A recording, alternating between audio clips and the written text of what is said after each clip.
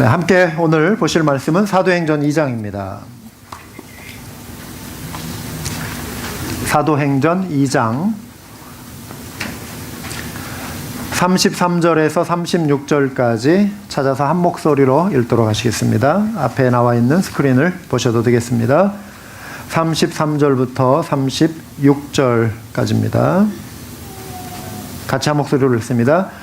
하나님께서는 예수를 높이 올리셔서 자기의 오른쪽에 앉히셨습니다. 그는 아버지로부터 약속하신 성령을 받아서 우리에게 부어주셨습니다. 여러분은 지금 이 일을 보기도 하고 듣기도 하고 있는 것입니다. 다윗은 하늘에 올라가지 못하였으나 그는 이렇게 말하였습니다. 주님께서 내 주님께 말씀하시기를 내가 내 원수를 내 발 아래에 굴복시키기까지 너는 내 오른쪽에 앉아 있어라 하셨습니다. 그러므로 이스라엘 온 집안은 확실히 알아두십시오. 하나님께서는 여러분이 십자가에 못 박은 이 예수를 주님과 그리스도가 되게 하셨습니다. 아멘. 네, 우리 주변에 보면 어느 특정한 분야에 어떤 깊은 지식을 가지고 있는 분들이 있어요. 예를 들어서 도로에 다니는 이제 차량들을 보면은 차 안에서도 옆에 슉 지나가는 차를 보면서 어떤 기종의 또 어떤 성능을 가진 차라고 하는 것을 잘 이렇게 알고 또 설명해 주는 분들이 또 있습니다. 이런 어떤 해박한 지식을 가지고 있는 분들, 뭐 스포츠에 관심이 있는 분들은 뭐 NBA 미국의 프로농구, 또 축구하면은 뭐 프리미거 그 영국의 뭐 또 독일의 분데스리가 이런 어떤 팀들 이름, 뭐 선수 이름, 뭐 중요 어떤 뭐 포지션 뭐 이런 것들을 쫙 깨고 또 말씀하시는 분들 있습니다. 이러한 지식을 뭐 억지로 외우려고 해서 뭐 갖게 되는 것은 아닌 것 같고요. 일단 좋아해야 하고 또 관심이 있다 보니까 그런 지식이 쌓이는 것 같아요. 우리 신앙생활도 마찬가지가 아닌가 싶습니다. 예수님을 아는 지식도 사실 관심과 사랑에서 출발을 하죠. 사도 바울이 부활하신 예수님을 만나고 나서 예수님을 깊이 사랑하게 되고 예수님에 대해서 관심을 갖게 되었습니다. 그러면서 그 역시 뭐 많은 지식을 가지고 있었던 사람이지만 그의 결론이 이것이었습니다. 빌립보서 3장 8절에 내 주 예수 그리스도를 아는 지식이 가장 고귀하므로 나는 그 밖의 모든 것을 해로 여깁니다. 이렇게 말할 정도로 예수님에 대해서 깊은 관심과 사랑을 보였던 분이었죠. 여러분은 어떻습니까? 여러분은 예수님을 얼마나 많이 또 얼마나 깊이 알고 계십니까?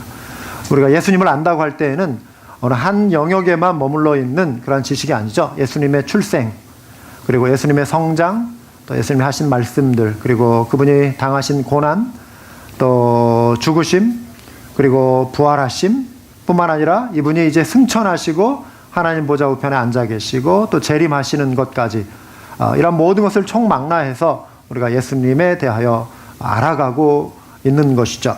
이 중에 어느 한 부분이라도 소홀히 해서는 안 되는 것입니다. 우리가 사도신경의 내용들을 중심으로 우리가 기독교 교회의 내용들을 지금 살펴보고 있는데요. 이 시대의 교회의 어떤 위기는 사실 교리의 위기라고도 할 수 있습니다. 그러니까 교회에서 기독교의 중심 뼈대가 되는 교리 교육이 약화될 때 성도들의 신앙이 약화됩니다.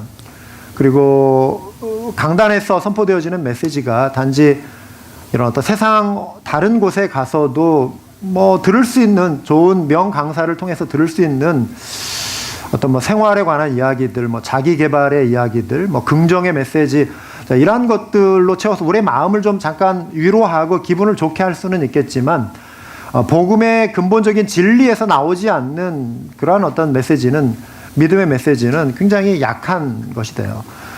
성도들의 신앙을 약화시키고요. 그래서 자라갈 수가 없습니다. 교회에서 우리가 회복해야 할 것이 이런 복음의 분명한 메시지, 기독교의 생명력 있는 교리인 것입니다. 우리가 믿는 예수님은 죽으시고 부활하신 예수님이시죠. 그런데 그분이 다시 죽으신 분이 아니에요. 부활하신 그 몸으로 하늘에 오르신 승천하신 분이십니다. 그리고 하나님 보좌 우편에 앉아 계시다라고 성경은 기록하고 있죠. 이것을 우리는 이제 좌정하고 계시다 이렇게 또 표현해 볼 수 있겠죠. 사도 베드로가 이 사실을 선포합니다. 하나님께서는 이 예수를 높이 올리셔서 자기 오른쪽에 앉히셨습니다. 베드로는 이 말을 자기 그냥 임의대로 지어내서 한 말이 아니라 시편에 나와 있는 시편, 특별히 110편 1절의 내용을 그가 인용하고 있습니다. 예수님에 관하여, 장차 오실 그리스도에 관하여 예언된 이 말씀이 예수님을 통해서 지금 성취되었다라고 하는, 그래서 이 예수님이 그리스도가 되신다라고 하는 것을 그가 밝히고 있는 것입니다. 시편 110편 1절을 인용해서 표현하고 있는 구절이 35절인데요. 주님께서 내 주님께 말씀하시기를, 그러니까 하나님, 여호와 하나님이 내 주님이라고 할 때는 그리스도, 메시아를 지금 지칭하는 것입니다. 내가 내 원수를 네 발 아래에 굴복시키기까지 너는 내 오른쪽에 앉아 있어라 하셨습니다. 이미 예수님께서도 이 사실을 이제 공생의 기간에 그가 예수님께서 나누신 대화 속에서 표현하신 바 있는데요. 마태복음 26장 64절입니다. 예수께서 그에게 말씀하셨다. 지금 예수님이 붙잡히셔서 대제사장하고 대화를 나누는 가운데 하신 말씀입니다. 당신이 말하였어. 그러나 내가 당신들에게 다시 말하오. 이제로부터 당신들은 인자가 권능의 보좌 오른쪽에 앉아 있는 것과 하늘 구름을 타고 오는 것을 보게 될 것이요. 이렇게 말씀하셨습니다. 시편 110편 1절 베드로가 인용했던 것을 똑같이 예수님도 이미 앞서 복음서에서 말씀하셨고요. 또 다니엘서 7장 13절에 인자가 구름을 타고 권능으로 임할 것이다. 장차 재림하실 것에 대한 그 내용이 또 구약에 예언되어 있는데 예수님이 이 말씀을 인용하시면서 이게 예수님 당신에게 해당되는 그 메시아적인 이 예언적 구절이었음을 예수님이 밝히시고 있는 것이죠. 어떤 분들은 이런 말씀을 들으면 의문이 생길 수 있습니다. 예수님이 승천하시고 하나님 보좌 우편에 앉으셨다라고 하는 이것을 우리가 천국에 가서 확인하지도 않았는데 단지 어떻게 그걸 알 수 있느냐. 예수님이 하늘로, 물론 이제 제자들이 눈으로 보는 그 앞에서 구름 사이로 이렇게 들려오셨다라고 사도행전 1장에 그런 내용이 나오긴 하지만 그 말 자체가 예수님이 뭐 하나님 우편에, 보좌 우편에 앉으셨다, 승천하셨다라고 하는 것을 반드시 의미하는 거냐, 어떻게 알 수 있느냐라고 의문을 가질 수가 있습니다. 어떻게 예수님이 하늘 보좌에 앉으셨는가, 이것을 어떻게 증명할 수 있는가, 그 증거가 있는가? 증거가 있습니다. 그 증거는 바로 성령님이에요. 성령님. 왜 그런가 하면 예수님이 약속하시기를 이렇게 약속하셨죠. 그는 아버지로부터, 그러니까 베드로가 이것을 지금 확인해 주고 있는데 예수님이 올라가실 때 내가 너에게 약속한 바 그 성령이죠. 성령님을 받기까지 너희가 이 성에 머물면서 기도하라. 기도하고 그 성령을 기다리라. 그럴 때 이제 사도행전 1장 8절에 성령이 너에게 임하시면 너희가 권능을 받고 성령이 너에게 임할 것이다. 이런 내용의 약속의 말씀을 하셨는데 사도행전 2장으로 넘어가면서 오순절 마가의 다락방에 성령이 임했잖아요. 이 사실을 베드로가 지금 풀어서 설명을 하고 있는 거예요. 33절에. 그는 아버지로부터 약속하신 성령을 받아서 우리에게 부어주셨습니다. 여러분은 지금 이 일을 보기도 하고 듣기도 하고 있는 것입니다. 성령을 보내주셨다. 이것을 여러분들 눈앞에 지금 나타나는 이 증거들이 바로 하나님이 성령을 보여주신 그러한 것들이다라고 하는 것을 확인시켜주고 있는 것이죠. 여러분 얼마 전에 한국에서 나온 영화 국제시장이라고 하는 영화 혹시 보셨습니까? 미국에서 뭐 보신 분들도 있을 거예요. 아마 달라스 어떤 극장에서 상영하기도 하고요. 뭐 인터넷을 통해서도 보실 수 있는데 그 주인공이 이제 독일의 탄광, 그 광부로 가지 않습니까? 그리고 또 간호사들도 독일에 많이 갑니다. 1960년대 이제 이민 그 문호가 열리기 시작하면서 우리 가난을 떨쳐보기 위해서 많이들 해외로 이제 가지 않았습니까? 그 중에 대표적인 곳, 첫 문호를 튼 게 이제 독일 쪽인데, 그곳에 보면은 이제 뭐 영화 속에서도 가족, 뭐 아들이 아니면은 남편일 수 있고 아들일 수 있고 또 오빠, 형님일 수 있는 그런 분들이 이제 독일로 가는 거예요. 또 누이, 딸, 이런 분들이 또 독일에 간단 말이에요. 이분들이 그 당시에 뭐 휴대폰도 없고 요즘처럼 뭐 인터넷이 이렇게 뭐 아예 그 당시에는 없었잖아요. 그래서 바로바로 소식을 확인할 수가 없는데 이분들이 독일에 도착했다라고 하는 것을 확인할 수 있는 방법이 있죠. 뭐예요? 뭐 그 회사 사람이 와가지고 우리 당신 아들 우리 뭐 김아무개가 잘 도착했습니다라고 하는 말을 전해주거나 아니면 가장 확실한 거는 편지를 받아보는 거예요. 그러면은 그 편지 안에 독일 우체국 그 우표뿐만 아니라 우체국 그 인장이 딱 찍혀 있고, 또 손글씨, 주소지가 독일 글씨 주소지가 이렇게 있고, 또 받아보는 수신자의 이름과 주소가 적혀 있는데 눈에 아주 익숙한 가족, 그 오라버니 혹은 아들 아니면 남편의 손글씨란 말이에요. 그러면은 그 손때 묻은 글씨를 보면서 무사히 도착했구나. 그리고 그 안에도 내용에 보면은 이제 또 그런 소식들이 이렇게 있는 것이죠. 그걸 볼 때 증거가 되는 것입니다. 이분이 독일에 지금 가 있다라고 하는 것. 성령을 통해 증거하신 것도 마치 이런 원리입니다. 예수님께서 내가 아버지께로 가서 아버지께 성령을 받아 너에게 보내주겠다 그랬는데 성령님이 오셨잖아요.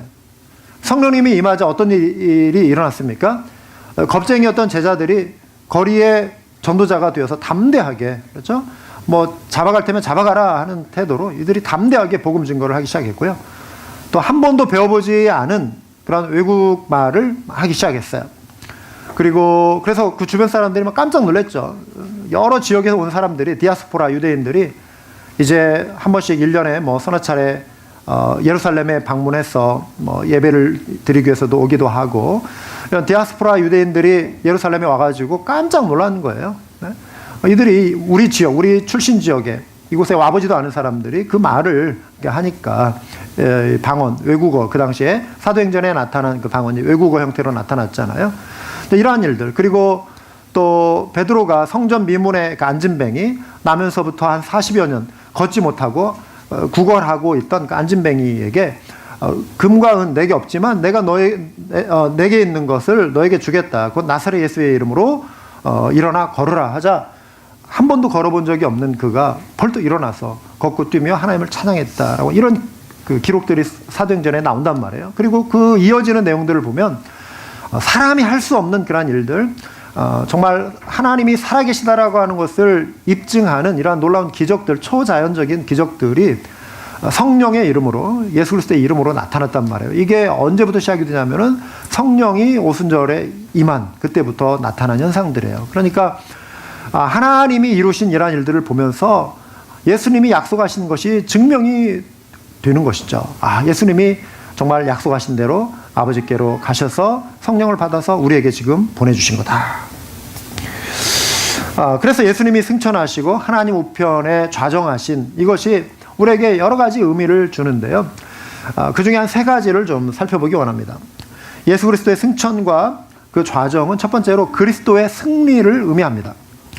여러분, 로마 시대에서는요, 전쟁터에 이제 왕이 직접 나갈 수도 있고 아니면은 뭐 용맹스러운 그 장수가 나가서 진두지휘를 하겠죠.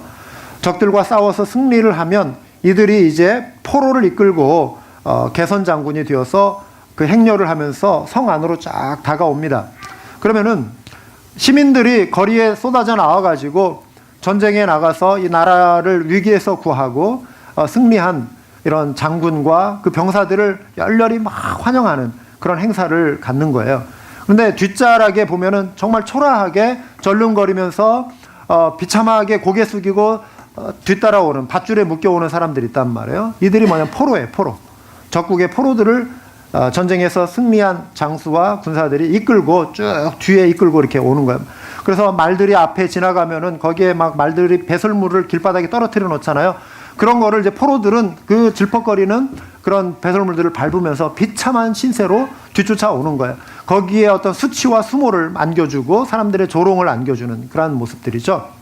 그런데 지금 이 성경에 보면은 그 당시에 그러한 어떤 풍경을 빗대어서 예수 그리스도께서 십자가와 부활로 승리하신 그 개선 장군이 되셔서 사단 마귀, 원수 마귀를 죽음의 권세를 이기시고 승리하신 개선 장군이 되셔서 하나님 앞에 나아가는 그러한 장면을 묘사하는 내용이 성경에 나와 있어요. 모든 통치자들과 권력자들의 무장을 해제시키시고 그들을 그리스도의 개선 행진의 포로로 내세우셔서 무사람의 구경거리로 삼으셨습니다. 골로새서 2장 15절의 내용인데요. 이게 바로 승리하신 예수님의 모습을 상징하는 거예요. 예수님이 십자가에 죽으시고 부활하심으로 어둠의 권세, 사단 마귀의 사망 권세를 깨트리신 이 그 적들, 원수마귀의 세력을 짓밟으신 그 승리하신 예수님을 보여주고 있는데요. 이게 구약 성경에 보면 시편 24편에 또한 예언되어 있습니다. 시편 22편은 고난당하신 예수님, 나의 하나님, 나의 하나님, 어찌하여 나를 버리시나이까라고 시작이 되는 시편 22편에 그 고난당하시는 메시아의 장면이 시편 22편에 나오는데, 시편 23편은 선한 목자에 대한 그 말씀이 나오고 여호와는 나의 목자시니 그 내용이 나오면서 24장에서는 시편 24편에서는 승리하신 예수님의 모습이 쭉 묘사가 돼요. 그 중에 이 내용이 나오는데, 이건 뭐냐면은 그 예루살렘을 향하여 전쟁에 승리한 왕이 그 개선 장군의 모습으로 그 행렬을 이끌고 다가올 때 지어서 부른 그런 노래예요. 근데 이것은 메시아적인 성취를 미리 암시하고 있는 예언적인 시이기도 합니다. 7절 8절에 이런 내용이 있어요. 문들아 너희 머리를 들어라. 영원한 문들아 활짝 열려라. 영광의 왕께서 들어가신다. 영광의 왕이 누시냐? 힘이 세고 용맹하신 주님이시다. 전쟁의 용사이신 주님이시다. 주님께서 사망 권세를 이기시고 승리하셨기 때문에 우리는 이 노래를 우리가 부를 수 있어야 합니다. 우리 한번 힘차게 이 말씀의 구절로 만들어진 노래가 있는데 우리 한번 함께 부르도록 하겠습니다. 문들아 머리 들어라. 들릴지어다 영원한 왕 들어가시도록 영광의 왕 들어가신다. 문들아 머리 들어라. 들릴지어다 영원한 문들아 영광의 왕 들어가시도록 영광의 왕 들어가신다.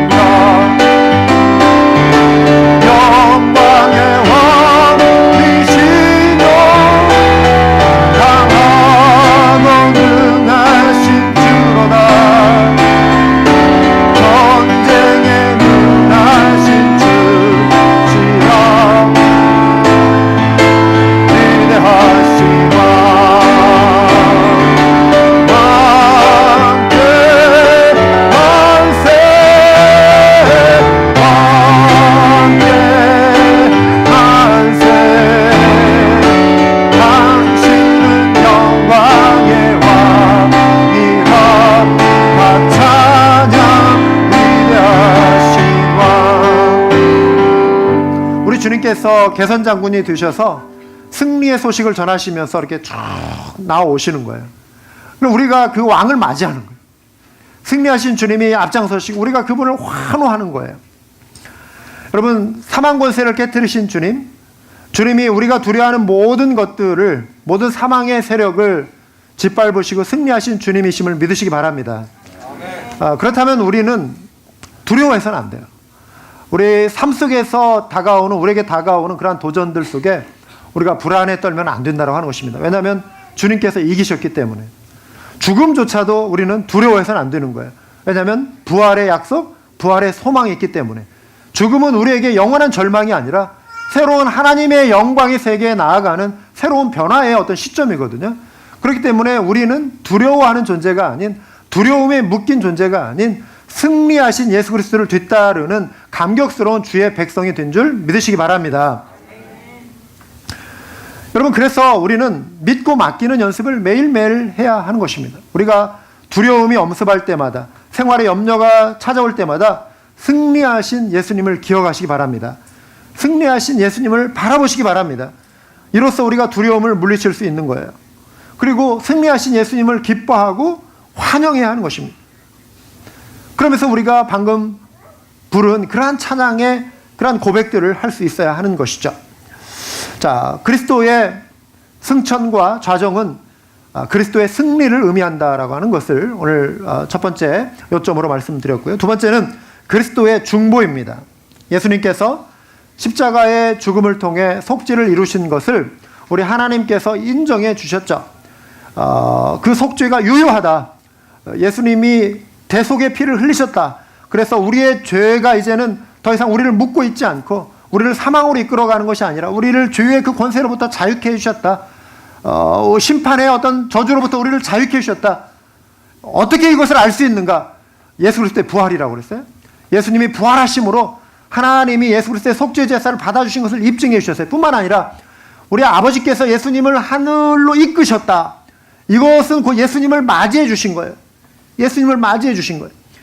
그래서 사도행전 2장 33절에 하나님께서는 이 예수를 높이 올리셔서 자기의 오른쪽에 앉히셨습니다. 오른쪽이라고 하는 것은 그 당시 어떤 문화 속에서 어떤 의미가 있냐면요, 왕들이 혹은 사절단들이 서로 이렇게 왕래를 하지 않습니까? 그러면 타국에서 온 사절단을 왕의 바로 오른편에 이렇게 앉힙니다. 그리고 잔치를 배설하고 이렇게 환영하는 그런 행사를 갖습니다. 그러니까 하나님 보좌 우편에 앉으셨다라고 하는 것은 승리하신 예수 그리스도를 아버지께서 맞이해 주신 거예요. 가장 그 권세, 하나님의 아버지의 보좌의 오른쪽, 아버지와 나란히 앉으신 그 높은 권세의 자리를 의미하는 것입니다. 그래서 그 보좌 우편에 앉으신 예수님이 아무것도 하지 않고 그냥 앉아 계시는 것이 아니라 하나님 보좌 우편에서 우리를 위해서 하시는 사역이 있어요. 현재적인 사역이 있는데 그것은 우리를 위한 중보의 사역입니다. 여러분, 예수님이 지금 하늘로 오르셔서 우리와 전혀 상관없어져 버리신 그런 관계가 단절된 것이 아니라 저와 여러분을 살피고 저와 여러분의 기도를 들으시고 저와 여러분을 위해 중보하고 계심을 믿으시기 바랍니다. 네? 중보라고 하는 것은 이런 거예요. 히브리서 7장 24절 25절에 이런 내용이 나오는데, 그러나 예수는 영원히 계시는 분이시므로, 맞죠? 부활하셨기 때문에 영원히 살아 계세요. 제사장직을 영구히 간직하십니다. 제사장의 역할은 백성의 죄를 대신해서 그 하나님 앞에 서는 사람이 제사장의 그런 역할이었어요. 근데 예수님이 그 멜기세덱의 반차를 좇아서 그런 레위 지파의 어떤 어떤 가문에서 태어나신 것이 아니죠. 멜기세덱이라고 하는 그 살레망 멜기세덱의 반차를 좇아서 대제사장이 되셔서 자기의 피를 제물로 삼아 하나님 보좌 앞에 서서 우리를 위해서 지속적으로 간구하시는, 그리스도께서 흘리신 그 보혈의 피는 우리를 용서하신 보혈의 피예요.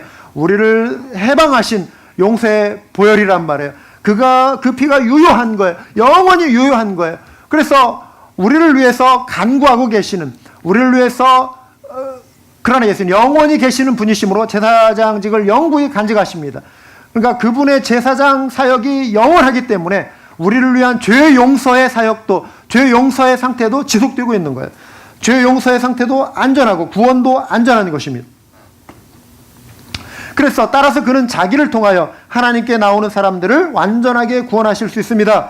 그는 늘 살아계셔서 우리를 위하여 중재의 간구를 하십니다. 여러분, 우리는 우리의 힘으로 구원을 얻을 수도 없고 우리의 힘으로 구원을 유지할 수도 없습니다. 예수 그리스도께서 우리를 구원하셨고 매일매일 우리를 은혜의 보좌 앞에 나아가 그 은혜를 힘입도록 해주시는 거예요. 이게 예수 그리스도의 중보의 사역입니다. 사랑하는 여러분, 예수님은 지금도 살아 계시기 때문에 우리의 구원이 안전한 줄 믿으시기 바랍니다. 예수님의 중보는 구원뿐만 아니라 우리를 긍휼히 여겨주시는 것으로 또한 나타납니다. 여러분, 평생 유복한 삶을 살던 분들이, 요즘 한국에서는 이제 대통령 선거철 아닙니까? 선거철이 되면 갑자기 서민들을 동정하고 이해하는 척 지하철도 막 타보고 연탄 배달도 하고 평소에 자가용 몰고 다니잖아요. 그런데 이분들이 서민의 삶을 이해한다고 하면서 지하철도 타고 연탄 배달도 하고 하지만 그러한 장면을 지켜보면서 저분들은 우리의 고통을 아는구나라고 생각할 사람들이, 유권자들이 과연 얼마나 있겠어요. 네? 여러분, 예수님은 그런데요, 인간의 몸으로 오셨잖아요. 그리고 인간이 겪을 수 있는 모든 고통들, 모든 감정의 어떤 어려움들을 다 겪으신 분이에요. 예수님은 태어나자마자 피난을 하셔야 했어요. 예수님도 여러분 레퓨지였다는 거 여러분 아십니까? 난민이었다는 거 여러분 아시죠? 요즘 난민들이 얼마나 많아요? 전 세계적으로. 네? 전 세계적으로 난민들이 많아요. 그런데 난민들의 입장에서는 예수님도 난민이셨구나라고 하는 게 얼마나 큰 위로가 될 것 같아요. 이집트로 예수님이 피난을 하셔야 했어요. 그러니까 쫓겨다니는 그 피난자의 어떤 생활을 경험하셨고요. 예수님은 육체 노동도 하셨어요. 여러분, 일하시면서 누가 나처럼 이렇게 이민 생활 속에 나처럼 힘든 거 누가 나 알아줄까? 여러분, 예수님이 여러분의 속사정을 아세요. 여러분의 힘든 삶을 이해하십니다. 예수님은 공생에 사시기 전까지 몫으로서 땀 흘리며 일하신 분이에요. 예수님 배고픔 경험하셨어요? 추위와 더위를 경험하셨어요? 배반을 당하셨어요? 배반의 아픔도 아세요? 그리고 사랑하는 사람을 잃는 사람들의 그런 아픔들을 예수님도 살펴보셨어요?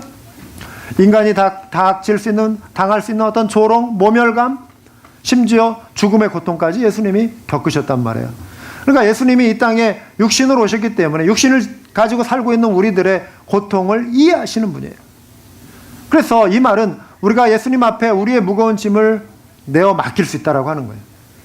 그래서 히브리서 4장 16절 17절에 보시면 이런 말씀이 있습니다. 우리의 대제사장은 우리의 연약함을 동정하지 못하시는 분이 아니십니다. 그는 모든 점에서 우리와 마찬가지로 시험을 받으셨지만 죄는 없으십니다. 그러므로 우리는 담대하게 은혜의 보좌로 나아갑시다. 그리하여 우리가 자비를 받고 그 은혜를 입어서 제때에 주시는 도움을 받도록 합시다. 그리스도께서 우리를 긍휼히 여기시기 때문에 우리가 그 은혜의 보좌 앞에 담대히 나아갈 수 있다라고 하는 것입니다. 사랑하는 여러분, 예수님이 아시기 때문에 여러분이 겪는 아픔, 삶의 어려움, 위기 있는 그대로 맡기세요. 그리고 아뢰세요. 여러분의 슬픔을 이해하시고 여러분의 고통을 이해하시기 때문에, 저와 여러분의 고통을 이해하시기 때문에 우리가 하나님 앞에 짐을 맡길 때 평강으로 우리의 마음을 위로하시고 또 회복시켜 주시는 분이심을 믿으시기 바랍니다. 네? 이것을 우리가 염려를 맡기는 것을 기도라고 하지 않습니까? 기도의 내용 가운데는 정말 짐을 내려놓는 거예요. 능하신 분 앞에 맡기고 해결해 주시기를 부탁드리는 것입니다. 우리 위해 생명까지 내어주신 사랑의 주님이시기 때문에 우리는 염려하지 않고 삶의 무거운 짐을 주님께 맡길 수 있는 것입니다. 할렐루야. 세 번째로 주님의 승천과 좌정은 그리스도의 통치를 의미합니다. 베드로가 선언합니다. 그러므로 이스라엘 온 집안은 확실히 알아두십시오. 하나님께서는 여러분이 십자가에 못 박은 이 예수를 주님과 그리스도가 되게 하셨습니다. 이 선언은 예루살렘 거리에 나아가서 베드로가 지금 쭉 설명하고 있는 예수 그리스도, 너희가 못 박은, 배처가에 못 박은 그 예수가 바로 하나님이 보내신 구원자요 메시아다. 이것을 지금 선언하고 있는 거예요. 이게 굉장히 중요한 핵심적인 내용입니다. 이것을 증거하면서 예수님이 그리스도와 주 되시기 때문에 그분을 영접하라. 그리고 회개하라. 돌이키라. 죄사함을 받으라. 이렇게 선언하고 있는 것이죠. 여러분, 이 권면은 이 시대에 저와 여러분에게도 동일하게 해당이 됩니다. 왜냐하면 예수님은 만유의 주가 되시고 만왕의 왕이 되시기 때문에 그래요. 모든 민족의, 모든 나라의, 모든 족속의, 모든 방언에 속한 사람들이 다 경배하고 찬양을 드려야 할 만유의 주, 만왕의 왕 되심을 믿으시기 바랍니다. 예수님이 이런 분이세요. 그렇기 때문에 우리는 주님 발 앞에 꿇어 엎드려 그분의 발에 입 맞추고 나의 주인 되심을 고백해야 하는 것입니다. 그 발에 입 맞춘다라고 하는 것은 옛날에 왕의 발 앞에 입을 맞추는 것, 신하됨의 어떤 그 의식이에요. 내가 당신께 충성을 맹세합니다. 당신이 이제 나의 주군이 되십니다. 무릎 꿇고 그 발 앞에 입을 맞추는 것. 이게 시편 2편에 나와 있는 거예요. 내 아들에게 입을 맞추라. 그 아들의 발에 입을 맞추라. 두렵고 떨림으로 그를 섬기라. 이런 표현이 나오거든요. 두렵고 떨림으로.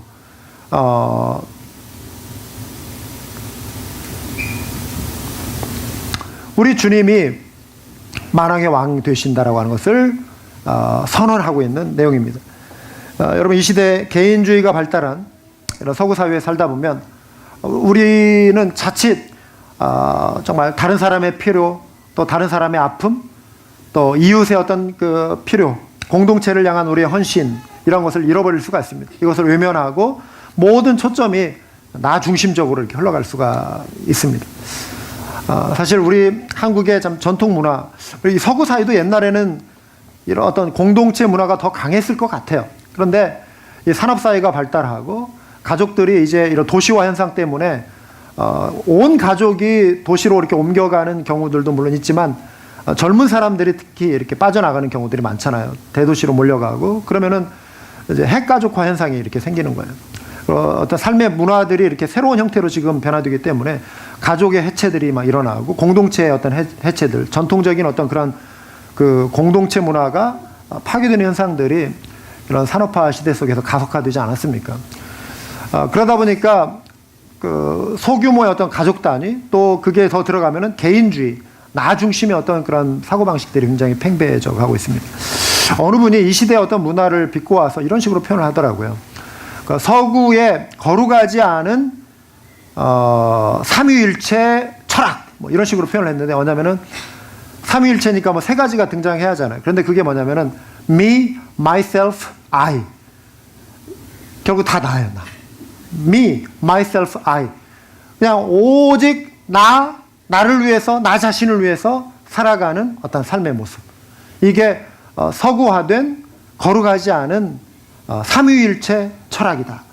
여기에 우리가 영향을 받고 살아간다라고 하는 거예요. 그러니까 우리가 이웃의 어떤 그 관심, 다른 사람의 아픔보다는 항상 먼저 초점이 나에게 이렇게 집중되어 있는. 우리 전통 문화도 한국에 얼마나 아름다워서 옛날에는 그 둘의 문화잖아요. 마을 문화. 그래서 품앗이 문화.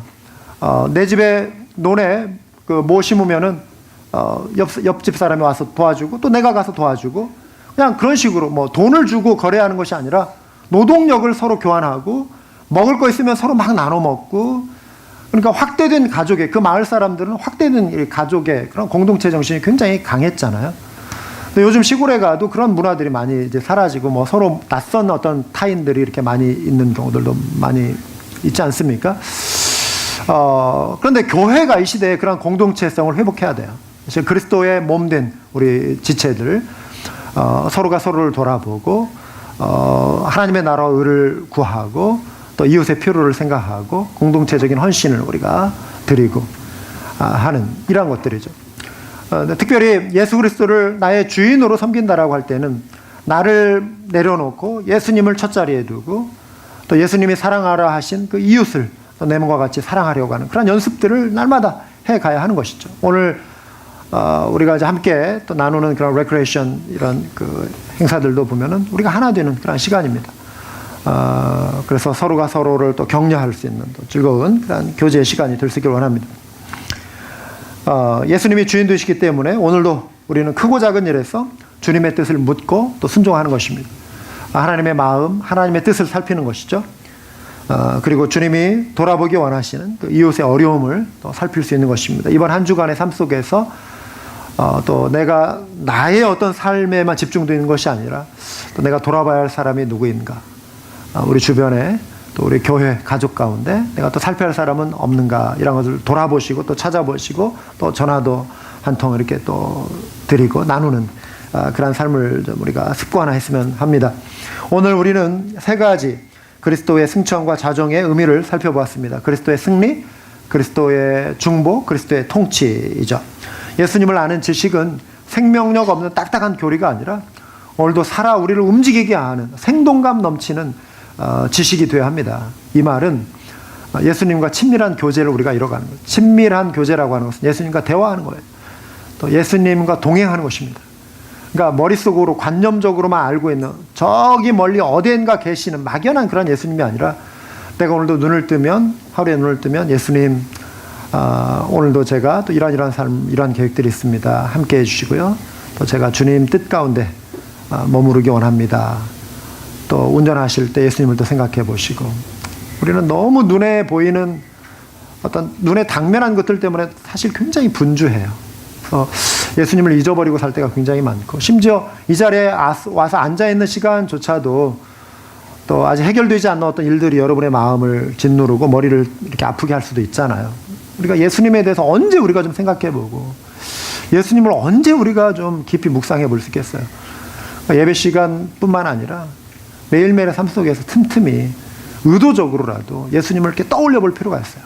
그리고 예수님과 교제하려고 하는, 대화를 하려고 하는, 그것이 우리를 살아있는 신앙으로 만들어주지 않습니까? 그러한 친밀한 인격적인 교제, 그러한 지식이 될 수 있기를 바랍니다. 우리 함께 이렇게 고백해 볼까요? 같이 한번 시작. 우리 한번 고백해보다 시작. 하늘에 오르사 전능하신 하나님 우편에 앉으신 예수 그리스도를 나는 믿습니다. 아멘. 우리 한번 기도하시겠습니다.